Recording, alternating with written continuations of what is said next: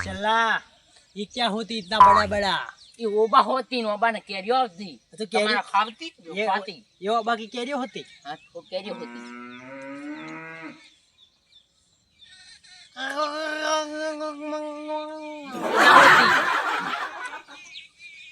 अने क्या होती?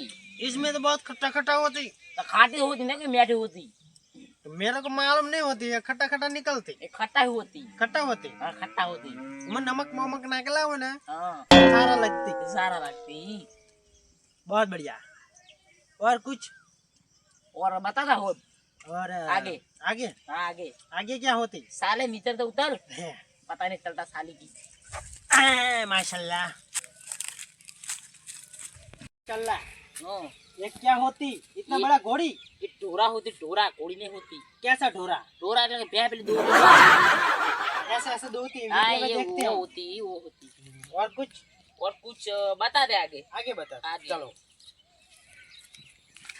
माशाल्लाह, इंडिया में इतनी मोटी मोटी गार्डन होती।